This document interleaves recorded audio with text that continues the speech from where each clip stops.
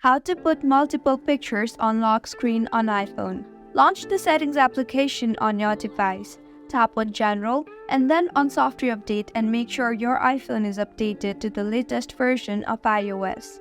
Now scroll down from the top left side of your screen and you will be led to the Notification Center or also your lock screen.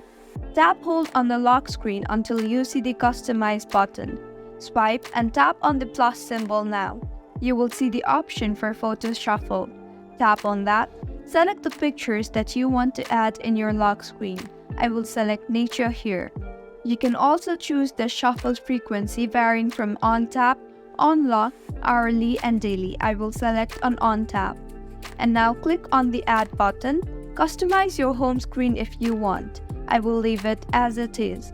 Tap on the set as wallpaper pair option now and you can see my wallpaper changes on every tap. If you find this tutorial helpful, do subscribe to our channel. Thank you for staying with us until the end.